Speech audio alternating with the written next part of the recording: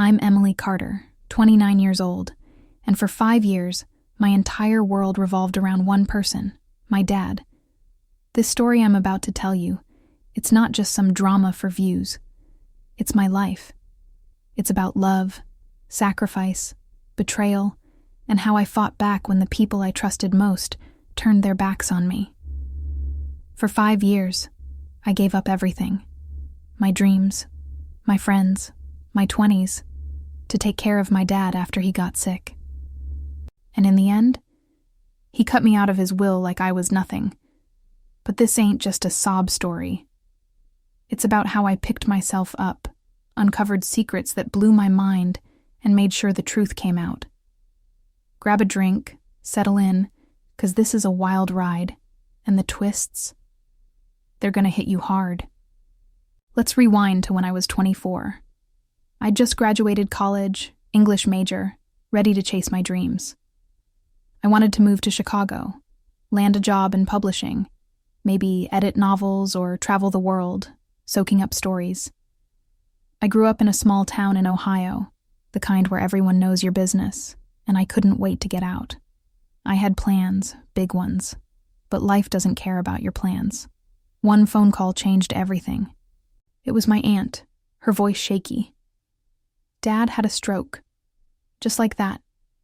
He was in the hospital. Couldn't talk right, couldn't walk. My mom had passed away when I was 15. Cancer took her fast. And my older brother, Jake, was off in Austin, building his tech startup, too busy to pick up the phone.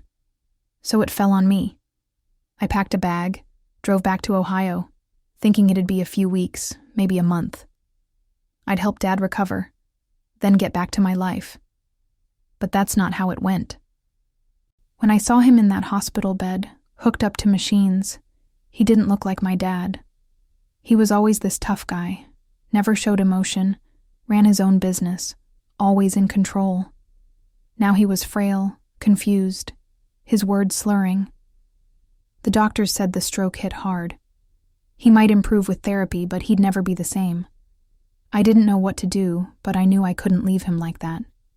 He had no one else. Me and Dad, we weren't close growing up. He wasn't a bad father, just distant. He showed up to my school plays, my graduations, but he was always in the back, arms crossed, checking his phone. I won a writing contest in 8th grade, ran home with the certificate, thinking he'd be proud. He glanced at it, nodded, said, "You spelled definitely wrong on page 2. No hug, no good job. Just a correction. My brother Jake, though. He was the golden boy. Crashed Dad's car at 17, and Dad called it a learning experience. I got straight A's, and it was just expected. Jake could do no wrong, even when he dropped out of college to chase his dreams. Dad called it entrepreneurial spirit. Me? I was just there. So when I stepped up to take care of him, part of me thought maybe this was our chance. Maybe we'd finally connect. I moved into his house, the same one I grew up in, and started learning how to be a caregiver. I had no clue what I was doing.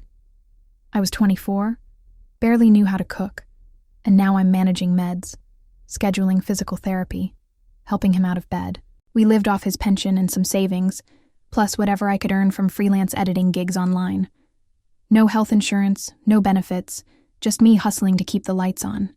The first year was chaos. Dad hated needing help. He'd snap at me, get frustrated when he couldn't say what he wanted.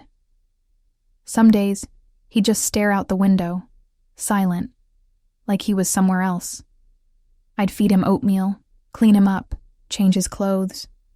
He'd grumble, push my hands away, but he didn't have a choice. Neither did I.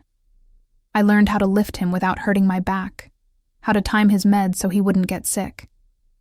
I'd sit up at night, Googling stroke recovery, joining caregiver forums, trying to figure out how to keep him alive. My friends didn't get it. They'd text, invite me out, send memes. But after a few months of, "Sorry, I can't, Dad needs me," they stopped trying. I don't blame them. I wasn't fun anymore. I wasn't the Emily they knew. the one who'd stay up late debating books or dancing at parties. I was this ghost, stuck in a house that smelled like antiseptic and regret. Jake? He didn't call, didn't visit, didn't even send a text. I'd see his Insta posts, new car, tech conferences, beach trips, while I'm wiping oatmeal off Dad's chin. I left voicemails, begged him to come. Nothing. But there were moments that kept me going. One day, maybe 6 months in, Dad grabbed my hand during therapy. He looked at me, really looked at me, and whispered, "Thank you." His voice was weak, but it was clear. I held on to that moment like it was gold.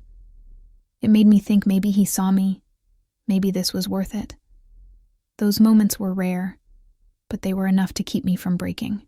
I canceled job interviews in Chicago, skipped my best friend's wedding, stopped dreaming about Europe. My life shrank to doctor visits, pill bottles, and insurance paperwork. I'd wake up at 6 a.m., get Dad out of bed, start the routine. He hated mornings, hated the cold, hated me sometimes. I'd work my gigs in the afternoon, pray we had enough for groceries. By night, I'd collapse, wondering if this was my life now. But I kept going, 'cause what else could I do? He was my dad, and I wasn't going to let him down. He could shuffle a few steps with a walker on good days, but most of the time he was in a wheelchair or bed. I learned to live with the guilt of that. Like maybe if I'd pushed harder in therapy, he'd be better. I'd read every article, every forum post, trying to find some miracle exercise or diet that'd bring him back. Spoiler, there wasn't one. Strokes don't work like that. You don't get to fix them. You just manage them. The routine was relentless. Wake up at 6 a.m., get him out of bed. Clean him up, he'd crumble. Sometimes snap, especially when I had to help him bathe. He hated that part most, I think. Having his daughter see him so vulnerable. I'd make oatmeal or soup, whatever he could swallow without choking.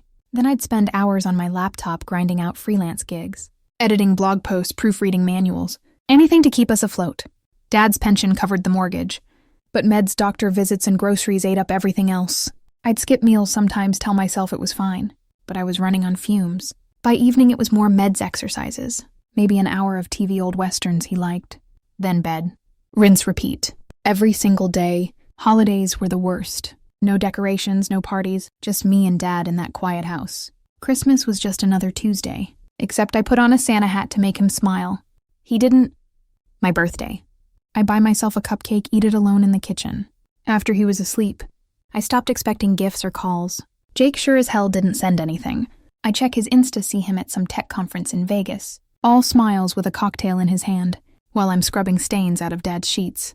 I'd leave voicemail soft ones at first, then desperate. "Jake, it's bad. Can you come even for a weekend?" Nothing. Radio silence. I stopped calling after year 2. What was the point? There were moments that kept me saying though, like when Dad would look at me during dinner and say my name, clear as day. Emily, just that one word, no slurring. No confusion. It was like he was seeing me, really seeing me for the first time in forever. Or when we'd watch those westerns, and he'd chuckle at some line from John Wayne. Those moments were rare, but they were oxygen. They made me think maybe I wasn't just a nurse to him. Maybe I was still his daughter, but most days he was angry. Not at me, not really, but at the world, at his body, at being trapped. He'd yell about nothing. The soup was too cold, the TV too loud. Once he accused me of stealing money from his wallet. I laughed it off, showed him the empty wallet he hadn't touched in years, but it stung. I'd cry in the bathroom, door locked, water running so he wouldn't hear. I couldn't let him see me break. If I fell apart, who'd hold it together? My friends were long gone by then. They tried at first texting, inviting me to virtual hangouts when I couldn't leave the house. But after a year of sorry, I can't, they faded. I didn't blame them. I wasn't fun anymore. I wasn't the Emily who'd stay up late, arguing about Harry Potter or planning road trips. I was a ghost, stuck in a house that felt more like a hospital than a home. I'd see their lives move on engagements, babies, new jobs on social media. It was like watching a movie about a world I wasn't part of anymore. I tried to hold on to pieces of myself. I'd read books at night, dog-eared paperbacks I'd loved in college, but even that felt hollow after a while. I'd stare at the pages, unable to focus, my brain too fried from the day. Once I signed up for an online writing course, thinking maybe I could still chase my publishing dreams, Dad had a bad night, kept calling for me, and I missed the first session. I never went back. The hardest part wasn't the work. It was the loneliness. I forgot how to talk like a normal person. My voice was always soft, slow, like I was soothing a child. I'd catch myself doing it even when I was alone, practicing how to explain Dad's meds to a nurse. I stopped laughing, stopped dreaming. My world was pill bottles, doctor's appointments, and the sound of Dad's wheelchair creaking down the hall. I kept thinking about Jake, how he got to live his life while mine was on pause. I'd see his post-new condo, fancy dinners, him shaking hands with some tech bro in a suit. I didn't hate him, not yet. But I was jealous, not of his money or his cars, but of his freedom. He got to be a person. I was just a function, a machine keeping Dad alive. But I told myself it was worth it. I had to believe it. I thought Dad saw what I was giving up, that he appreciated it. Even if he didn't say it, I figured when it was over, I'd get something a thank you. The house, enough money to start over. I wasn't doing it for that. But it was a light at the end of the tunnel, something to hold on to. I was so wrong. By year 4, I wasn't just tired. I was a shell. I'd look in the mirror and barely recognize myself. My hair was always in a messy bun. My clothes were stained with soup or meds, and my eyes had this hollow look, like I'd forgotten how to sleep. I was 27, but I felt ancient, like I'd lived a lifetime in that house. Dad's condition hadn't improved much. He could say a few more words, maybe shuffle a bit farther with the walker, but he was still trapped in his body, and I was trapped with him. The routine was so ingrained it felt like autopilot. Wake up, meds, breakfast, therapy, freelance gigs, more meds, dinner, bed. Every day bled into the next, and I stopped counting them. Money was tighter than ever. Dad's savings were dwindling, and his pension wasn't enough for the rising cost of his meds. I took on more freelance work, staying up until 2 a.m. editing marketing copy or ghostwriting blog posts for pennies. I'd fall asleep at my laptop, wake up with my face on the keyboard, and start again. I stopped buying anything for myself. No new clothes, no takeout, not even a coffee. Once, I needed new shoes because mine had holes, but I taped them up instead. Every dollar went to Dad's care. I didn't tell him how bad it was. Didn't want him to worry. But sometimes I'd catch him looking at me, his eyes cloudy, like he knew. Dad's moods got worse. He'd always been grumpy, but now he was unpredictable. Some days, he'd be quiet, almost gentle, letting me hold his hand while we watched TV. Other days, he'd lash out, accusing me of moving his stuff or hiding his old business files. One time, he threw a glass of water across the room because I forgot to warm his soup. It shattered on the floor, and I just stood there, staring at the shards, too numb to react. I cleaned it up, made new soup, kept going. What else could I do? He was sick, and I was all he had. I tried to talk to him, to find some kind of connection. I'd bring up old memories, trips to the lake when I was a kid, or how he'd grill burgers every summer. He'd nod, maybe grunt, but he never added anything. Once I asked about Mom, hoping it'd spark something. He just stared at the wall and said, "She's gone." That was it. I stopped trying after that. I wanted him to see me, to say something real, but he was locked away in his own head, and I didn't have the key. Jake was a ghost. I hadn't heard from him in years. I'd stopped checking his Insta because it hurt too much, seeing him live this big, shiny life while I was drowning. But one night, too tired to think straight, I looked. He'd just bought a new condo in Austin, all glass and chrome, with a view of the city. Posted a pic with some model-looking girlfriend, captioned, "Living the dream." I sat there in the dark, Dad snoring down the hall, and felt something break inside me. Not sadness. Anger. Why did he get to have a life while I was stuck here? Why didn't he care? I typed out a message. "Dad's dying, Jake. You gonna show up or what?" Deleted it before I hit send. I knew he wouldn't answer. The loneliness was crushing. I didn't have friends anymore, not really. My college group chat had gone silent. I'd see their lives on Facebook, weddings, babies, vacations, and feel like I was watching from another planet. I tried joining an online caregiver support group, thinking maybe someone would get it.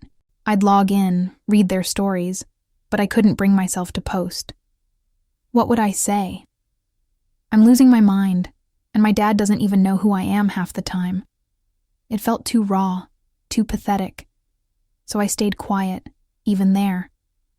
The worst was when Dad got pneumonia. It came out of nowhere, hit him hard. I spent 4 nights in the hospital, sleeping in a chair, holding his hand while he fought to breathe. He'd hallucinate, call out for Mom, for Jake, never for me. The nurses were kind, but they had other patients. I was the one who made sure his IV stayed in, who fought with the insurance company to cover his meds. When he finally came home, he was weaker than ever. I had to start over, new routines, new meds, new ways to keep him alive. I was so tired I'd forget what day it was. But I kept going. For him. I started forgetting who I was. I'd catch myself talking to Dad like he was a child, soft and slow, even when he was lucid. I'd repeat things 3 times because he couldn't process. That became my voice, my way of being. I didn't laugh anymore, didn't cry much either. I was just existing. I'd look at old photos of myself, smiling at college parties, hiking with friends, and wonder where that girl went. Was she still in there? Or had I lost her forever? But I held on to one thing. Hope. Stupid, naive hope. I believed Dad saw what I was doing, that he knew I'd given up my life for him. I thought when it was over, he'd do right by me. Not because I wanted his money, but because I needed to believe those 5 years meant something. I pictured him leaving me the house, maybe some savings, enough to start over in Chicago. It was my lifeline, the thing that kept me from quitting. I told myself he'd never leave me with nothing. He was my dad, after all. Man, was I wrong? Year 5 was when it all started unraveling. Dad's health took a nosedive. More hospital stays, more meds, more nights where I'd lie awake, listening to his breathing, scared it'd stop. I was burning out, but I didn't have time to care. I just kept pushing, thinking if I could get him through this, it'd be okay. I didn't know the real storm was coming. Not his illness, but what he'd do to me after he was gone. Year 5 was the hardest. I was 28, but I felt like I'd aged 100 years. Dad's health was a roller coaster. One day he'd seem almost okay, saying whole sentences, even cracking a half smile at some old movie. The next he'd be back in the hospital fighting another infection, his body shutting down bit by bit. I was running on nothing, just coffee and sheer stubbornness. I'd wake up every morning with this knot in my chest, wondering if today was the day I'd lose him, but I kept going because stopping wasn't an option. I was all he had, and even if he didn't say it, I told myself he needed me. The house felt like a prison. Every corner held a memory of what used to be. Mom's old cookbooks on the shelf, Jake's high school trophies gathering dust, pictures of us as kids when things were simpler. But now it was just me, Dad, and the endless cycle of caregiving. I'd stopped trying to make it a home. No plants, no decorations. Just medical supplies and stacks of bills I couldn't pay. My freelance gigs were drying up, because I was too exhausted to meet deadlines. I'd stare at my laptop cursor blinking, unable to write a single word. Money was so tight I'd ration Dad's meds, skipping doses for myself. When I got sick, I didn't tell anyone. Who would I even tell? Dad's moods were all over the place. Some days he'd be quiet, letting me feed him without a fight. Others he'd get paranoid, accusing me of hiding his old business papers or stealing his watch. I'd show him the watch still in his drawer, but he wouldn't believe me. Once he grabbed my wrist so hard it left a bruise, yelling about how I was against him. I didn't cry in front of him. I waited till he was asleep, locked myself in the bathroom and let it out. I wasn't mad at him, he was sick. Not himself, but it hurt. I just wanted him to see me, not some enemy in his head. I tried one last time to reach Jake. It was Christmas year 4 going into 5. I sent him a text, kept it simple. Dad's not doing good, can you come please? I stared at my phone for hours, hoping for a reply. Nothing. The next day I saw his Insta story. Him at a ski resort laughing with friends. Not a care in the world. That's when I stopped hoping he'd show up. I didn't hate him yet, but I was done begging. I told myself I didn't need him. I could do this alone. But man alone is a heavy word when you're carrying it every day. There were still those glimmers that kept me going. One night, Dad was lucid more than he'd been in months. We were watching some old Western, and he turned to me, his eyes clear, and said, "You're strong, Emily. Like your mom." I froze. Not sure I heard him right. He didn't say more, just went back to the TV, but I held on to those words like they were a lifeline. They made me think maybe he knew what I was giving up. Maybe he appreciated it. I needed to believe that cause without it. I had nothing, but the end came fast. Spring of year 5, Dad got another infection. His third that year. The hospital was a blur of beeping machines and tired nurses. I stayed by his side, holding his hand, talking to him even when he didn't respond. He muttered sometimes, calling for Mom, for Jake, for people I didn't know. The doctor said it was time for hospice. I fought it at first, thought I could keep him going, but deep down I knew he was slipping away, and I couldn't stop it. Hospice came to the house. They were kind, showed me how to keep him comfortable. I'd sit by his bed reading to him from his favorite book, some old business biography he loved. I don't know if he heard me, but it felt like something I could give him. He passed quietly one night, his breathing just stopping. I was holding his hand, staring at the ceiling, and then he was gone. I didn't cry right away. I just sat there numb, feeling like the world had stopped too. 5 years of my life over. I didn't know who I was without and to care for. The funeral was small. A few old coworkers, some neighbors. No family but me. Jake didn't show. I didn't expect him to, but it still stung. I buried Dad next to Mom. Said goodbye to the man who'd shaped my life for better or worse. I thought maybe I'd feel free.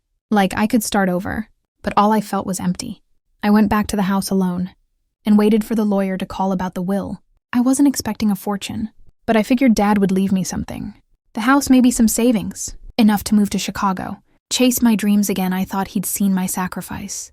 That it meant something. I was so naive.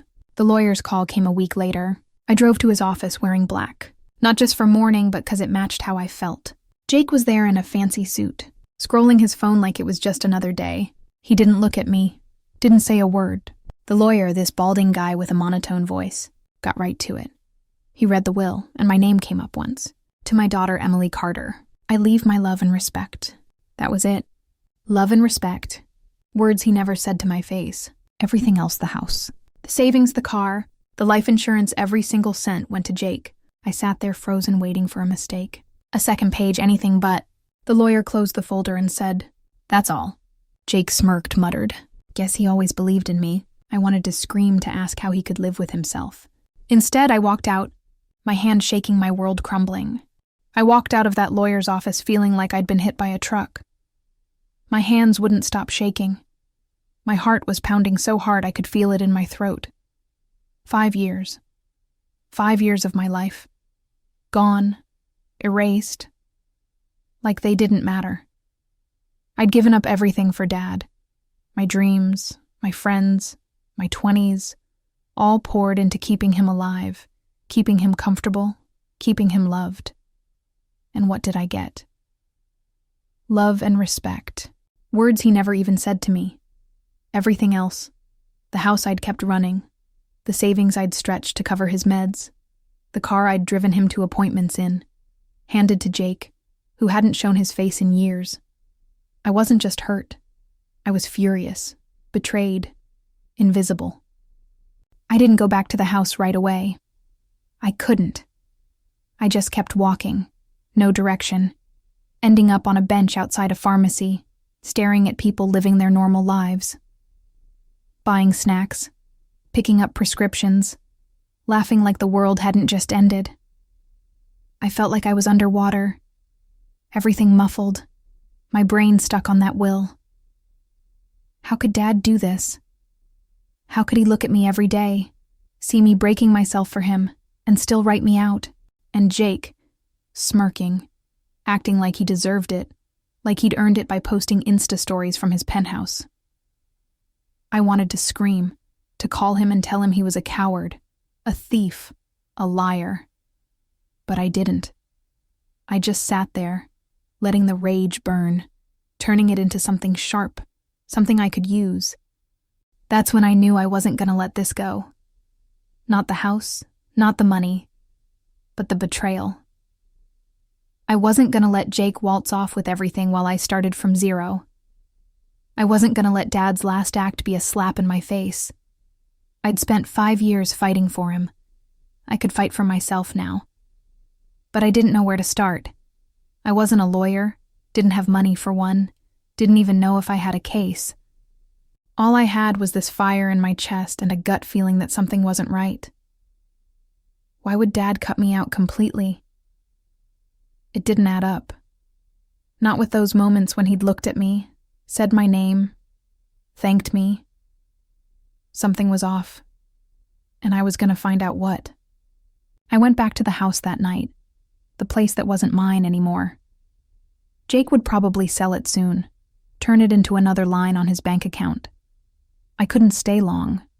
Every room felt like a punch, reminding me of what I'd lost. But I wasn't leaving empty-handed. I started digging through Dad's stuff, anything he'd left behind.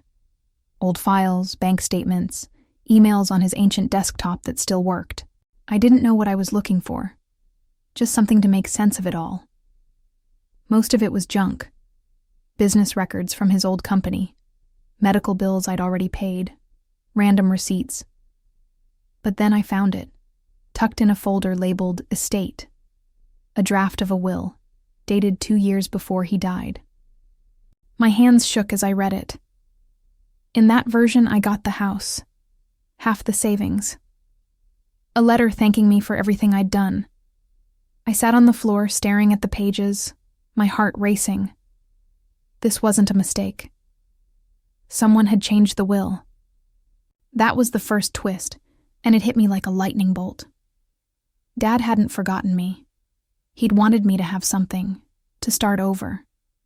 But someone, Jake, the lawyer, maybe both, had gotten to him, twisted his arm, rewritten everything.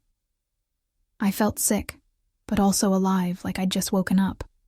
This wasn't just about money anymore. It was about truth, about making sure whoever did this paid for it. I took pictures of the draft, every page, and hid the original in my bag. I wasn't sure what I'd do with it, but it was proof. Proof I wasn't crazy. Proof I'd meant something to him. I called the lawyer the next day, trying to keep my voice steady. Asked about the old will, said I'd found a draft. He got real quiet, then said it wasn't valid, that Dad had changed his mind. His voice was too smooth, too practiced. Red flag. I pushed, asked why Dad would cut me out, why there was no letter, no explanation. He dodged, said it was Dad's choice, end of story. I hung up, my mind racing. He was hiding something. I didn't know what, but I could feel it. That's when I started looking at Jake, not just as my deadbeat brother, but as a player in this. I hadn't talked to him in years, but I knew him. He was charming, manipulative, always looking for an angle. I checked his Insta, his LinkedIn, anything public. His startup was all over the place. Fancy website, glowing articles about his vision. But something felt off. The numbers didn't add up. How was he funding this lifestyle? Condos, cars, private jets, when his company was barely off the ground. I remembered Dad's old business contacts, how Jake used to name drop them to sound important. Had he been working them too? Had he been working Dad? I reached out to a college friend, Sarah, who's a tech journalist. She owed me a favor from back in the day, and I trusted her. I told her about the will, the draft, Jake's absence, everything. Didn't ask her to do anything yet, just to listen. She was pissed for me. Said Jake sounded like a snake. She offered to poke around, see what she could find about his startup. I said yes, not knowing what it'd lead to, but feeling like I was finally doing something, not just sitting there taking the hit. The rage was still there, but it was focused now. I wasn't gonna let Jake walk away with everything. I wasn't gonna let Dad's last act be a lie. I didn't know how, but I was gonna make this right. Not for the money, not for the house, but for me.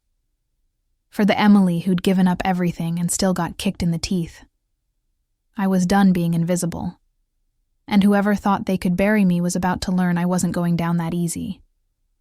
Sitting on that old draft of Dad's will, I felt like I'd found a piece of him I didn't know existed.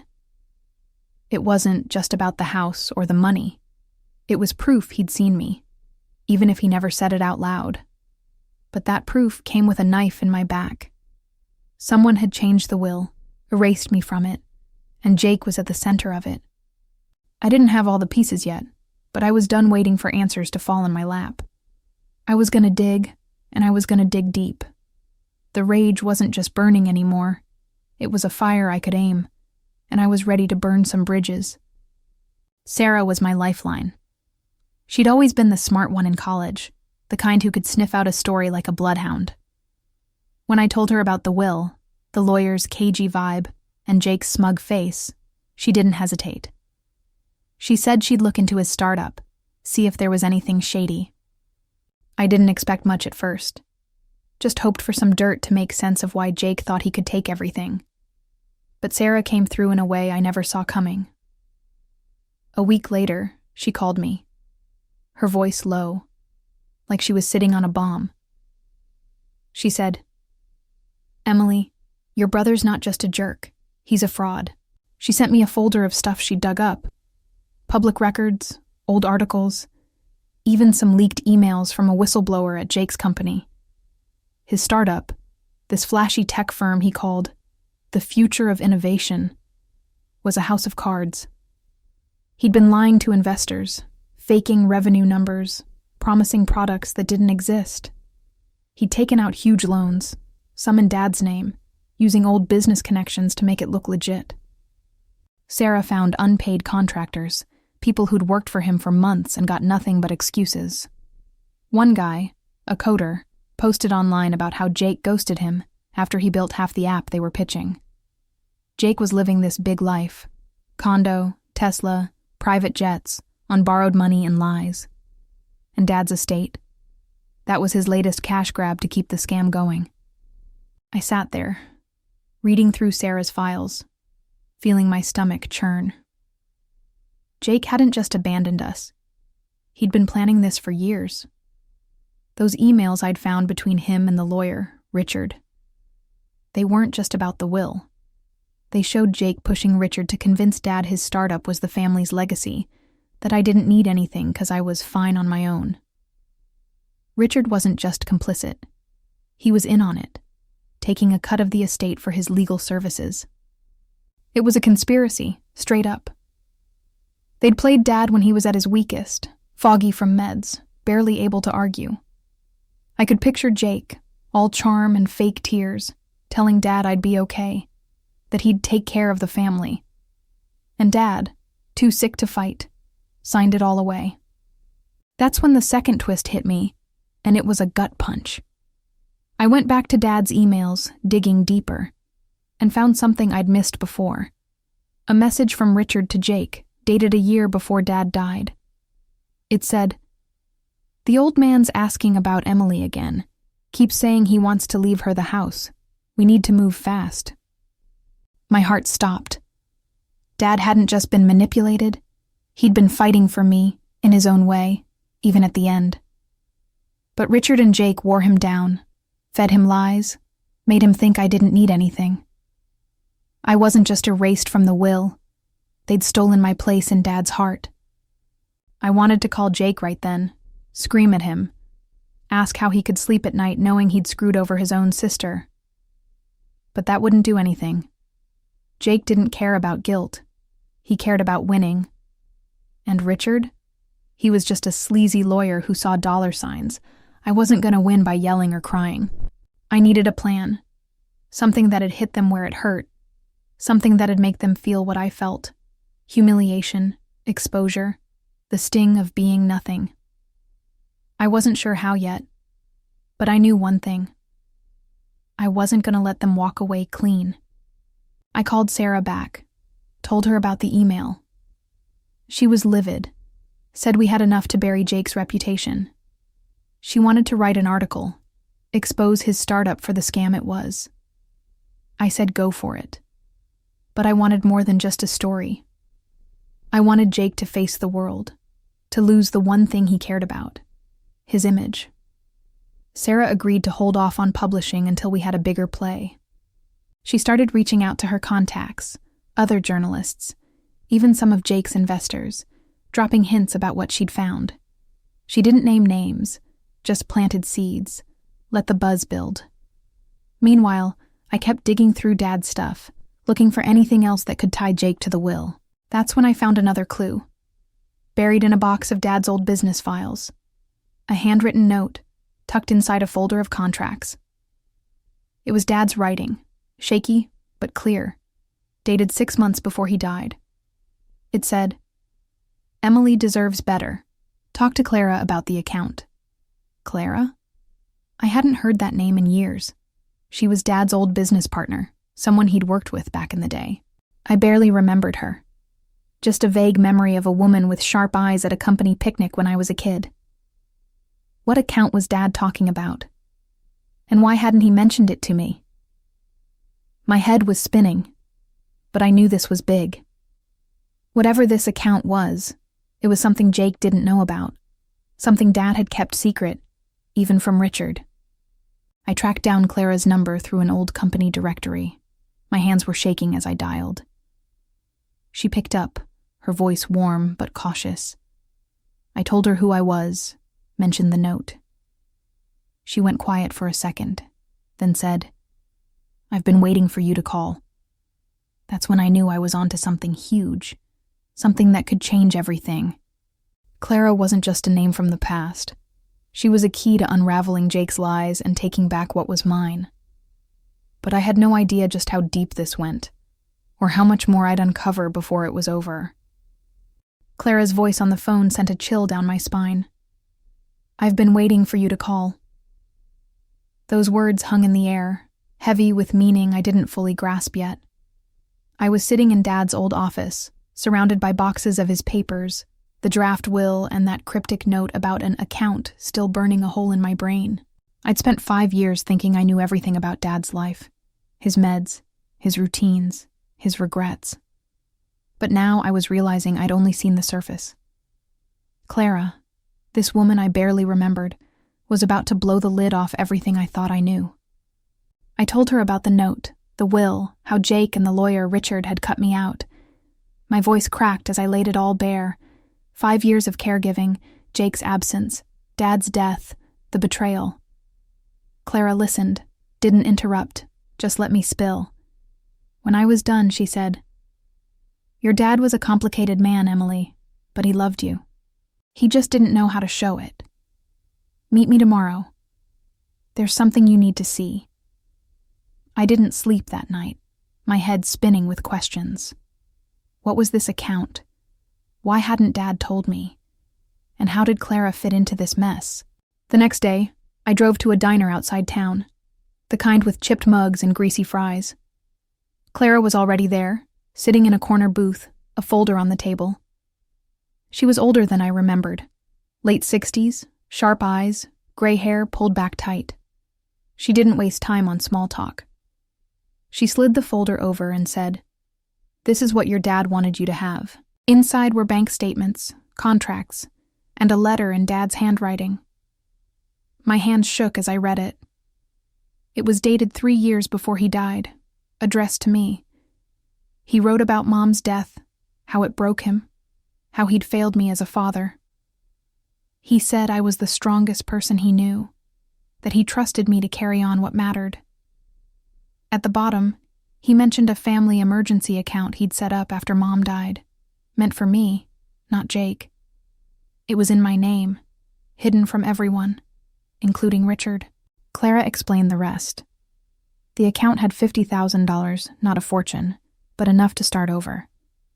Dad had opened it with Clara's help, back when his business was still running. Only 3 people knew about it: Dad, Clara, and their old accountant, Tom. Jake didn't know. Richard didn't know. Dad never mentioned it in the will because he didn't trust anyone by then, especially not after Jake started sniffing around his estate. Clara said Dad was paranoid in his final years, worried Jake would take everything. He'd told her to find me if anything happened, to make sure I got the account. But when he died, Clara couldn't track me down, until Sarah's article about Jake's startup hit the news and mentioned my name. That was the third twist, and it hit me like a wave. Dad hadn't forgotten me. He'd tried to protect me, in his own messed up way. That $50,000 was his way of saying sorry, of giving me a chance to rebuild. But it didn't erase the pain of the will, or the fact that Jake and Richard had stolen everything else. If anything, it made me angrier. They hadn't just taken the house or the money. They'd taken my place, in Dad's life, twisted his final wishes to fit their greed. That letter from Dad, those shaky words saying he trusted me, lit a fire I didn't know I had left. I wasn't just fighting for myself anymore. I was fighting for the truth, for the man Dad was trying to be at the end, even if he couldn't fully get there. Jake and Richard thought they'd won, thought they'd buried me. But I was done being the invisible daughter. It was time to make them see me. Clara's folder wasn't just a gift, it was a weapon. Those bank statements proved the account was mine, set up years before Dad got sick. The letter showed he'd meant for me to have it, a safety net to start over. But it also showed how scared he was of Jake, how he'd sensed his own son was circling like a vulture. Clara said Dad had called her a few times in his last year, confused, asking if she'd heard from Jake, if she knew what he was up to. She hadn't, not then, but she'd kept those documents safe, waiting for me to find her. She looked me in the eye and said, "Your dad would have been proud of you, Emily. Now make sure Jake doesn't get away with this." I drove back to the house, Jake's house now, I guess, feeling like a different person. The numbness was gone, replaced by this sharp, focused anger. I wasn't going to let Jake and Richard walk away with everything while I started from nothing. But I wasn't going to rush in either. I'd learned from 5 years of caregiving. You don't survive by acting on impulse. You plan, you wait, you strike when it counts. I called Sarah, told her about the account, the letter, Clara's story. She was floored, said it was enough for a follow-up article, something that had tied Jake's scam to the will. But I asked her to hold off. An article was good, but I wanted more. I wanted Jake to feel what I felt: humiliation, exposure, the sting of losing something that matters. I wanted Richard to pay too for selling out my dad for a paycheck. Sarah agreed to dig deeper, see if she could find more on Richard. Meanwhile, Clara gave me Tom's contact info, the accountant who knew about the account. I reached out, nervous as hell. Tom was in his 70s, retired, living in a small town an hour away. He answered my call with this gruff voice, but when I mentioned Dad and the account, he softened. Said he'd always respected Dad, hated how things ended. He confirmed Clara's story. The account was real, set up for me when I was a teenager, meant to be my safety net. Tom said Dad had been adamant about keeping it secret, especially from Jake. He'd even warned Tom about Richard, said he didn't trust him, thought he was too cozy with Jake. That was another piece of the puzzle. Richard wasn't just a bystander. He was in deep. Then came the fourth twist, and it changed everything. Tom said he'd kept records of Dad's old business dealings, including some emails between Richard and Jake that he'd been copied on by mistake. One email, from 2 years before Dad died, had Richard telling Jake, "We need to finalize the new will before he talks to Clara again. He's asking too many questions about Emily." My heart sank. Dad wasn't just manipulated. He was cornered, pressured when he was at his weakest. Richard and Jake had worked together, playing on Dad's illness, his confusion, to rewrite his legacy. It wasn't just greed, it was calculated, cold, like I was nothing more than a line to cross out. I asked Tom if he'd help me. He didn't hesitate. Said he'd been waiting for a chance to set things right, that Dad deserved better. He sent me the emails, plus some old contracts showing Jake had used Dad's business name to secure loans for his startup, loans he never intended to pay back. That was fraud, plain and simple. I had proof now, not just of the will, but of Jake's entire scam. Sarah, Tom, and Clara were becoming my team, my allies in a fight I didn't even know I was ready for. But I was ready now. The plan started coming together. I didn't want to just sue Jake. That'd take years, and I'd already lost enough time. I wanted him to lose what he cared about most: his image, his tech mogul vibe, the life he'd built on lies. Sarah suggested going public, but not just with an article. Jake was speaking at a big tech conference in a month, his chance to save his startup after the whispers Sarah's first article had started. He'd be on stage, playing the grieving son card, pitching his company to investors. It was the perfect moment to strike. I told Sarah to keep digging, find every dirty detail about Jake's business. I wanted a story so airtight it'd ruin him without me ever having to say a word. Clara had another idea. She knew Dad's old business partners, people who'd respected him, built his company with him. She said they'd be furious if they knew Jake was using Dad's name to scam people. She offered to reach out, see if they'd back us up. Tom said he could get us financial records, proof of Jake's fraud tied to Dad's business. I was starting to see a way forward. Not just revenge, but justice. Not just for me, but for Dad, for the man he'd tried to be in that letter, the one who wanted me to have something. I spent nights piecing it together, reading Dad's letter over and over, letting his words fuel me. You're the strongest person I know. I hadn't felt strong in years, but I was starting to. I wasn't the girl who'd sat on that pharmacy bench, broken and lost. I was Emily Carter, and I was done being invisible. Jake and Richard thought they'd won, thought they'd erased me. But they didn't know who they were messing with. I had the truth, I had allies, and I had a plan. And when I was done, they'd wish they'd never crossed me. With Clara, Sarah, and Tom in my corner, I felt like I was finally holding the cards. For the first time in years, I wasn't just reacting to life kicking me in the teeth. I was making moves. Jake and Richard thought they'd gotten away with it, thought they'd erased me from Dad's legacy and walked off with everything. But they didn't know I had proof, allies, and a plan that was going to hit them right where it hurt. I wasn't after their money or the house anymore. I wanted their lies exposed, their reputation shredded, and the truth about what they did to Dad and me out in the open. And I wanted Jake to feel what I'd felt for 5 years. Invisible, powerless, betrayed. The tech conference was the perfect stage. Jake was banking on it to save his sinking startup. Sarah's first article had already stirred up trouble. Investors were asking questions. His Insta comments were turning ugly. But he was still playing the golden boy, pitching his vision to anyone who'd listen.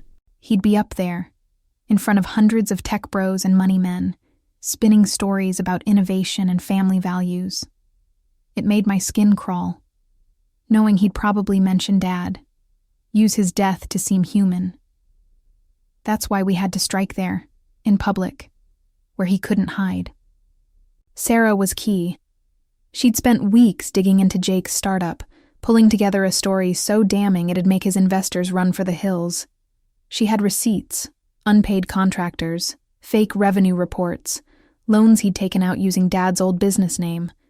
Tom's records backed it up, showing how Jake had misused Dad's legacy to fund his scam. Clara reached out to Dad's old partners, people who'd known him for decades. They were furious when they heard Jake was dragging Dad's name through the mud. A few agreed to sign a statement supporting Sarah's article, calling out Jake's fraud. It was all coming together, but I wanted more than just a story. I wanted Jake to face the truth in front of everyone. That's where the Legacy Award came in. It was my idea, a little twisted, I'll admit. I hired a graphic designer to create a fake award for outstanding family values, complete with a shiny plaque and an official-looking letter. We sent it to Jake's office, saying it'd be presented at the conference. I knew he'd eat it up. His ego was too big to question it. Sure enough, he posted about it on Insta, bragging to his followers about being honored for his commitment to family. It was almost too easy. The trap was set, and he was walking right into it. The conference was in Chicago, which felt like fate. It was the city I'd dreamed of moving to before Dad got sick, the place I'd given up for him. I didn't go to the event, didn't want Jake to see me and get spooked, but Sarah was there, ready to make it happen. We'd planned it down to the minute. Jake's keynote was the big draw, his chance to charm the crowd. The award was scheduled right before his speech, a surprise to honor him. Sarah had a friend in the audience, a guy named Mark who worked in tech PR and owed her a favor. He'd read a statement I wrote, one that lay everything bare. The night of the conference, I sat in a coffee shop across town, my phone buzzing with updates from Sarah. My heart was pounding, palms sweaty, like I was the one on stage. She texted when Jake walked out, all smiles, soaking up the applause. The presenter announced the award, and Jake strutted up, chest puffed out, ready for his moment. That's when Mark stood up, mic in hand, and started reading. My words, my truth. He told the crowd about my 5 years of caregiving, how I'd given up everything for Dad while Jake was nowhere to be found. He read from the draft will, the one where Dad left me the house, and called out Jake and Richard for changing it. He laid out Jake's fraud, loans in Dad's name, unpaid workers, lies to investors. No yelling, no drama, just the facts, cold and sharp. Sarah said the room went dead silent. Jake tried to laugh it off, stammered something about a misunderstanding, but his face was red, his voice shaky. People started whispering, pulling out their phones, recording. By the end of Mark's statement, Jake was frozen, the plaque in his hands like a joke. He left the stage early, his keynote canceled. Clips of the moment hit Twitter before he even made it to his car. Jake Carter Exposed trended for 2 days. Sarah's article dropped the next morning, backed by Tom's records and statements from Dad's partners. Investors pulled out, his startup tanked, and his mogul image was dust. I thought that'd be enough, that watching Jake's world crumble would make me feel whole. But it didn't. It felt good, sure, but it was like eating candy when you're starving. It doesn't fill you up. I was still angry, still hurt, still grappling with Dad's betrayal, even if he'd tried to make it right with that account. That's when the 5th twist hit, and it came from the last place I expected. A week after the conference, I got a package in the mail, no return address. Inside was a letter, in Dad's handwriting, dated a month before he died. It wasn't long, just a page, but it broke me open. He wrote that he knew about Jake's meetings with Richard, knew they were pushing him to change the will. He said he was too weak to fight them, too sick to think straight, but he regretted it. He said he was proud of me, that I was the one who kept him alive. At the bottom, he wrote, "Don't let them take your strength, Emily. You're more than I ever was." The letter came with a key, taped to the paper. It was for a safe deposit box at a bank in town. I went the next day, hands shaking, not knowing what to expect. Inside wasn't money or jewelry, just Dad's journals, a stack of them, going back years, pages of his thoughts, his regrets, his life. He wrote about me, how he saw my strength, how he wished he'd been a better father. The letter came with a key, taped to the paper. It was for a safe deposit box at a bank in town. I went the next day, hands shaking, not knowing what to expect. Inside wasn't money or jewelry, just Dad's journals, a stack of them, going back years. Pages of his thoughts, his regrets, his life. He wrote about me, how he saw my strength, how he wished he'd been a better father. Holding Dad's journals in that bank parking lot, I felt like I was meeting him for the first time. For 5 years, I'd cared for a man who seemed locked away, his words slurred, his eyes distant. I'd spent nights wondering if he even knew who I was, if he cared. But those pages told a different story. He wrote about Mom's death, how it shattered him, left him hollow. He wrote about Jake, how he saw him as a chance to prove he could raise a strong son, but knew he'd failed by spoiling him. And me. He wrote about me most of all. How he envied my heart, my grit. How he wished he'd told me he was proud. One entry, from a year before he got sick, said, "Emily's the one who'll carry on what matters. Not my name, not my business, but my fight." I read that and felt something shift. I wasn't invisible to him. I never had been, but the journals didn't erase the pain. Knowing Dad loved me didn't undo the will, or Jake's betrayal, or Richard's scheming. If anything, it made me angrier. They'd taken more than money. They'd taken his chance to make things right. Jake's conference takedown felt good, watching his startup crash and his smug face go viral for all the wrong reasons. But it wasn't enough. I wanted justice, not just revenge. I wanted Jake and Richard to face real consequences, not just a bad week on Twitter. And I wanted Dad's truth, his real wishes, his love for me, to outshine their lies. I moved to Chicago a week later, using some of the $50,000 from Dad's secret account to rent a tiny studio apartment. It was barely big enough for a bed and a desk, but it was mine, the first place that felt like a fresh start. I got a job at a small publishing house, editing manuscripts, finally doing what I'd dreamed of before Dad got sick. I'd walk to work, the city buzzing around me, and feel like I was waking up after a 5-year sleep. But I wasn't done with the past. Jake and Richard were still out there, and I knew they wouldn't stop unless I made them. Sarah called a few days after I settled in. She'd been tracking the fallout from the conference. Jake's startup was dead, investors gone, employees jumping ship, his fancy condo repossessed. He was laying low, posting nothing online, probably licking his wounds. But Sarah had new info, and it was a game changer. She'd gotten a tip from one of Jake's former employees, a coder named Lisa, who'd quit after he stiffed her on pay. Lisa said Jake hadn't just scammed investors. He'd been working with Richard to funnel Dad's estate money into offshore accounts, hiding it from taxes and creditors. That was the 6th twist, and it hit like a brick. They weren't just greedy, they were criminals, covering their tracks while I was left with nothing. Lisa wanted to talk. Sarah set up a meeting at a coffee shop in Chicago, and I went, nervous, but ready. Lisa was in her 30s, blunt, with a laptop covered in stickers. She said she'd worked for Jake for a year, believed his hype at first, but started noticing red flags. Meetings with Richard, shady wire transfers, documents with Dad's old company logo. She'd kept copies of emails as insurance when she realized Jake wasn't paying her. One email, from Richard to Jake, mentioned cleaning the estate funds and keeping Emily out of it. Lisa handed me a USB drive with everything she had. I thanked her, my head spinning.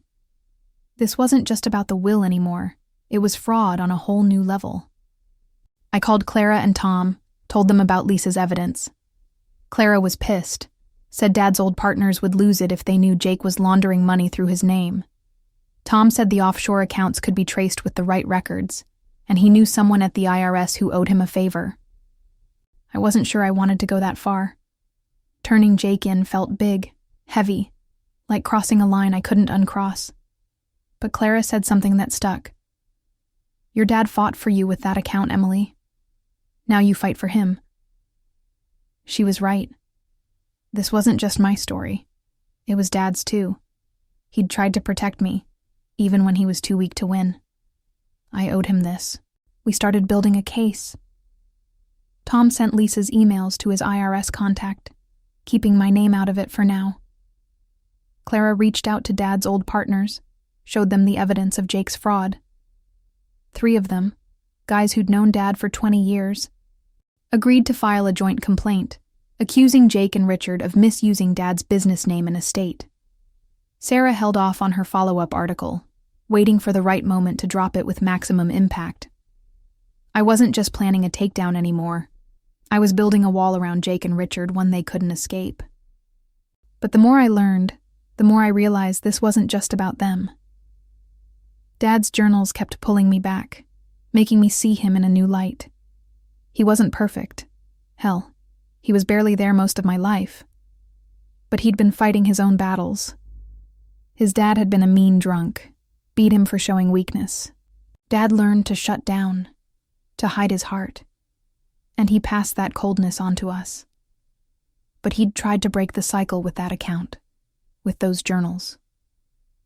Reading them, I started forgiving him, not all at once, but piece by piece. I wasn't sure I'd ever forgive Jake, though. Not after Lisa's emails, not after knowing he'd planned this for years, using Dad's death like a payday.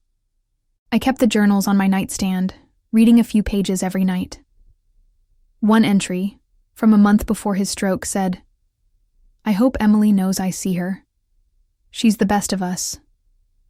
I'd traced those words with my finger, feeling like he was talking to me, finally saying what I'd waited years to hear. It gave me strength, not just to fight Jake, but to keep going, to build a life that was mine. Chicago was starting to feel like home. New friends at work, coffee dates, even a guy who'd smile at me in the office and make me forget the past for a second. But I wasn't done fighting. Jake and Richard had one more lesson coming, and I was going to make sure it stuck. With Lisa's USB drive, Tom's records, and Clara's connections, I had a case that could bury Jake and Richard. This wasn't just about exposing them anymore. It was about making sure they faced real consequences for what they'd done. They'd stolen Dad's legacy, my future, and 5 years of my life, all while thinking I'd stay quiet. But I was done being the good daughter who takes the hit and keeps her mouth shut. I was ready to fight, not just for me, but for Dad, for the man who'd tried to protect me with that secret account and those journals. Chicago was my new home, but I wasn't moving on until this was settled. Clara's plan was bold. She'd rallied 3 of Dad's old business partners, guys who'd built his company with him, who saw him as family. They were livid about Jake using Dad's name to scam people, especially after seeing Lisa's emails about the offshore accounts. They agreed to file a joint lawsuit against Jake and Richard for fraud, misrepresentation, and misuse of Dad's business assets.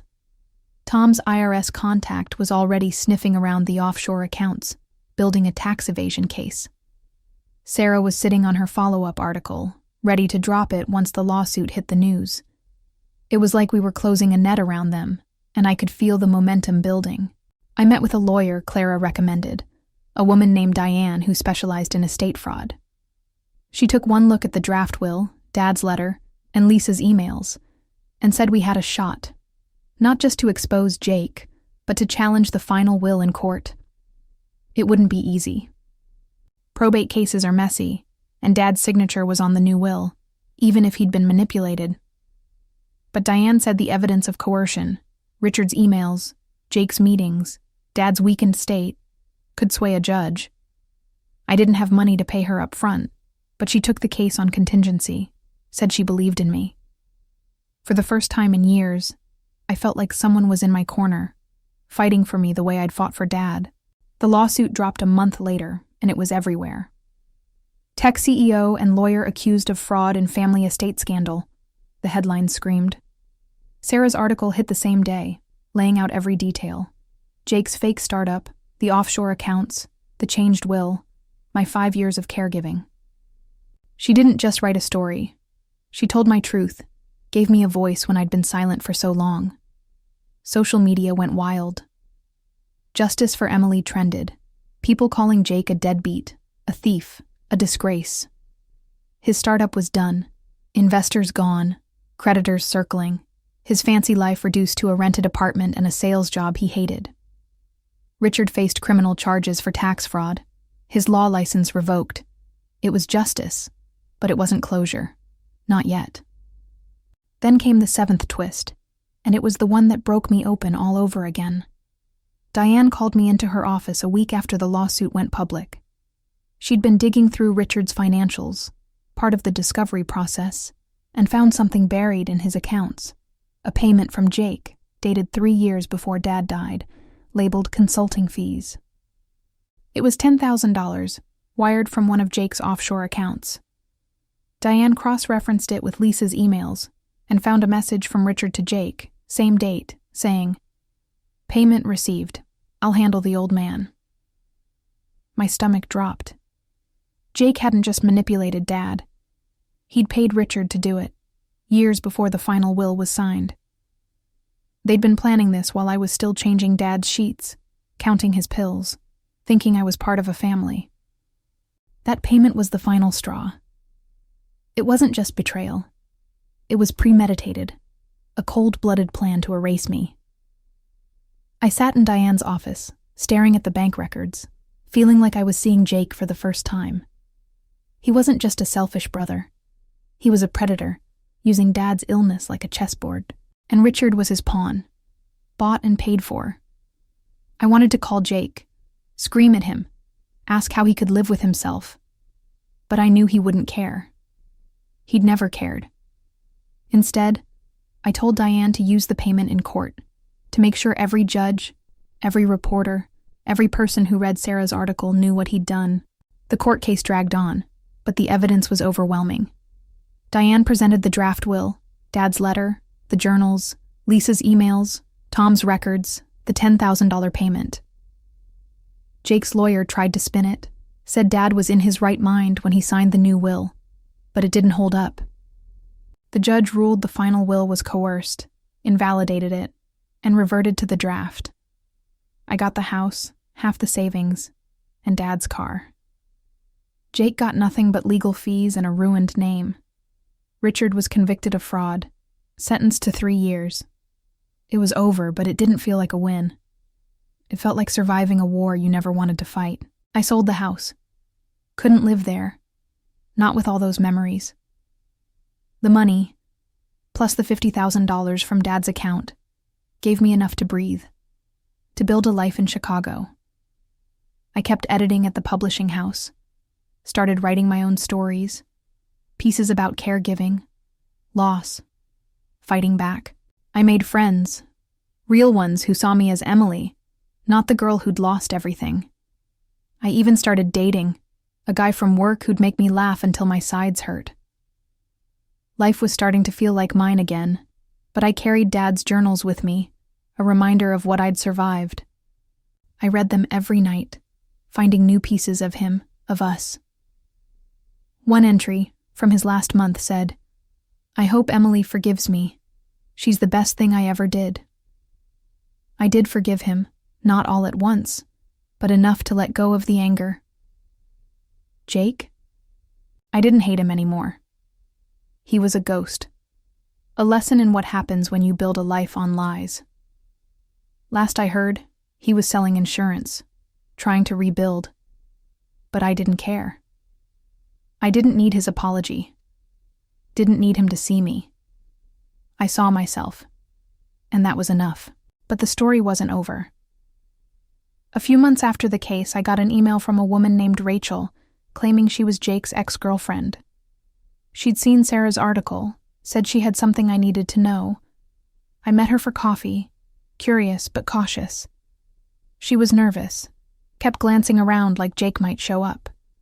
Then she slid a USB drive across the table, said it was her insurance from when they dated. On it were more emails, Jake to Richard, Richard to Jake, planning the will change, bragging about cutting me out. But one email stopped me cold.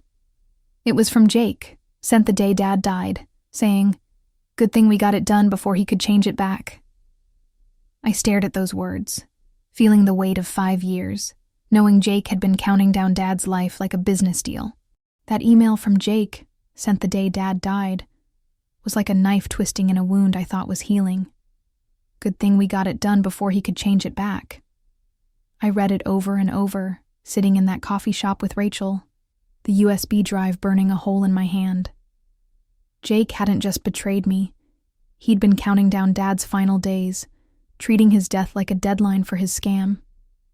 It wasn't enough that he'd manipulated Dad, paid Richard to rewrite the will, stolen everything I'd worked for. He'd celebrated it, like I was just collateral damage in his big win. Rachel looked at me, her eyes soft, and said, "I kept this, 'cause I knew he'd hurt you. Use it, Emily. Make him pay." I nodded, too choked up to speak, but I knew I didn't need to use it. The lawsuit was done, Jake was ruined, Richard was behind bars. The email wasn't evidence. It was a reminder of who Jake really was, and why I'd fought so hard to take him down.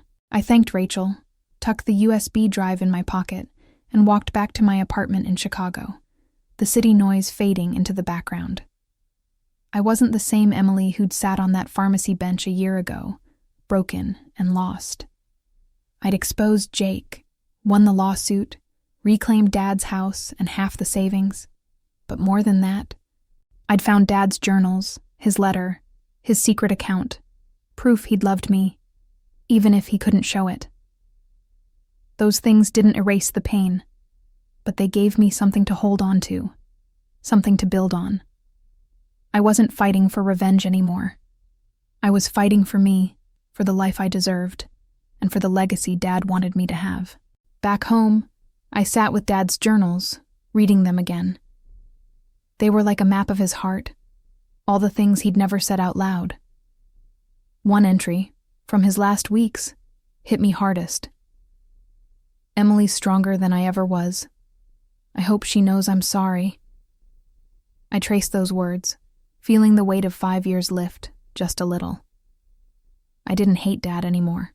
I didn't even hate Jake, not really. Hate takes energy, and I was done giving him mine. He was out there, selling insurance, his mogul dreams dead, his name trashed. He'd lost everything he cared about, not because I'd screamed or fought dirty, but because I'd let the truth do the work.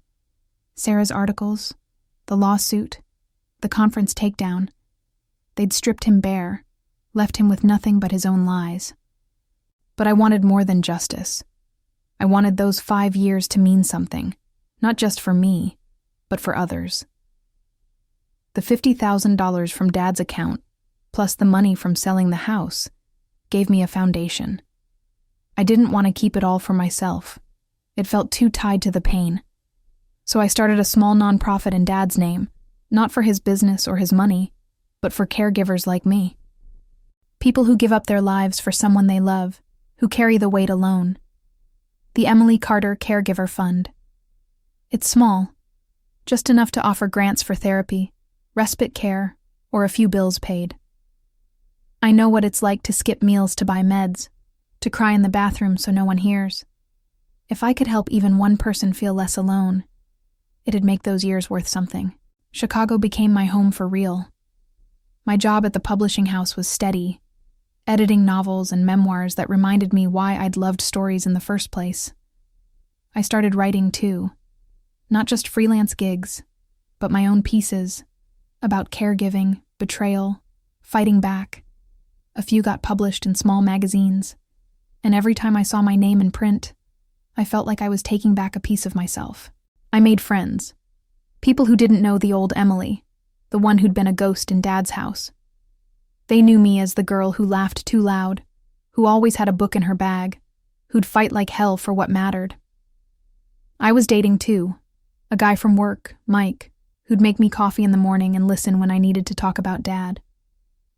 It wasn't love yet, but it was close, and that was enough. Then came the final twist, the one I didn't see coming. A year after the lawsuit, I got a call from Clara. She'd been cleaning out her attic, found an old box of Dad's stuff from their business days. Inside was a photo album I'd never seen. Pictures of me as a kid, Mom, Dad, even Jake back when we were a family, back when. Tucked between the pages was a note, in Dad's handwriting, dated a week before his stroke. It said, "If I don't make it, tell Emily she's my heart. Tell her to keep fighting." Clara said she'd forgotten about it, thought it was lost. I cried when she read it to me, not out of sadness, but because it felt like Dad was speaking to me one last time, giving me permission to let go. I kept that note on my desk, next to his journals. It wasn't about the money or the house. It was about knowing I'd been seen, even when I felt invisible. Jake reached out once, left a voicemail saying he was sorry, that he wanted to talk. I didn't call back. Not because I was cruel, but because I didn't need his words anymore. I'd needed them 5 years ago, when I was alone, counting pills, praying for a break. Now I was free. Free to write my own story. to live without his shadow or Dad's silence holding me back. This isn't just about revenge, fam. It's about what happens when you stop waiting for someone else to see your worth. I spent 5 years trying to earn Dad's love, Jake's respect, thinking it'd make me whole. But I'm whole now. Not because of them, but because I fought for myself. I took the truth and made it my weapon, turned pain into purpose. So, what's your story? Ever been betrayed like that? Ever had to claw your way back from nothing? Drop it in the comments. I'm reading everyone. If this hit you, smash that like button, subscribe, and ring the bell. This is for anyone who's ever been counted out and came back swinging. Thanks for riding with me through this. Peace out, and I'll see you in the next one.